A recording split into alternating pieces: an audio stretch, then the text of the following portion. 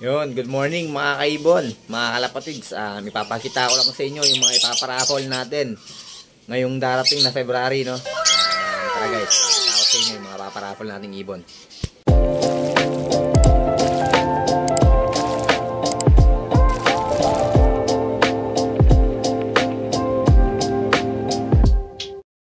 Unahin na natin dito guys sa eto yung yang natin na pale follow, no? Kala nyo albino pero pale follow yan. Bio pale follow. Yun, napakaganda. Isa yan sa mga ipaparaffle natin. Pati yung violet, fire blue, opaline. Tapos may kapatid din yan. Ayan, yan.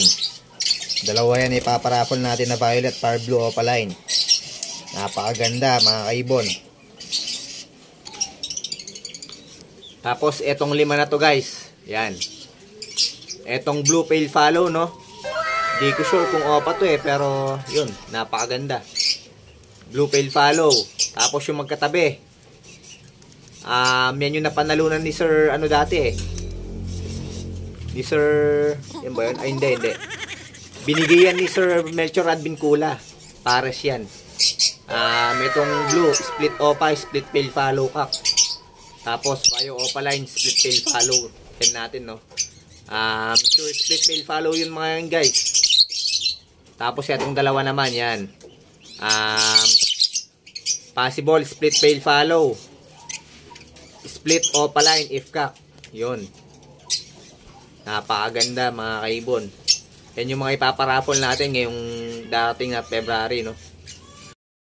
Tapos yun guys, baka madagdagan pa yung mga ipaparaffle natin kasi sabi ni Sir Melchor, magbibigay pa siya ng mga opalines, no, pag malapit na yung raffle natin. Yun, napakabait na tayo Sir Melchor Advincula. Yun, shoutout kay Sir Melchor Advincula, kay Sir Daryl Aranyo, tsaka sa mga members ng Aliaga Bird Breeders, no. Tapos kay Sir RBQP Lopez, kay Sir Asyong Bartolome, tsaka kay Sir Macdingal. Yun, mga kaibigan natin. Shoutout po sa inyong lahat. Yun, maraming salamat po. God bless po sa inyo.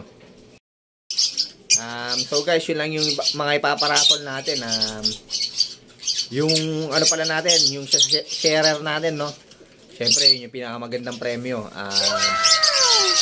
Hindi ko na sasabihin kung sino may mga pinakamarami ng share, no? Hindi i-raffle yun yung sharer natin. Matik yun. Kung sino pinakamaraming mag-share, siya yung pinakamagandang premyo. Siya yung panalo.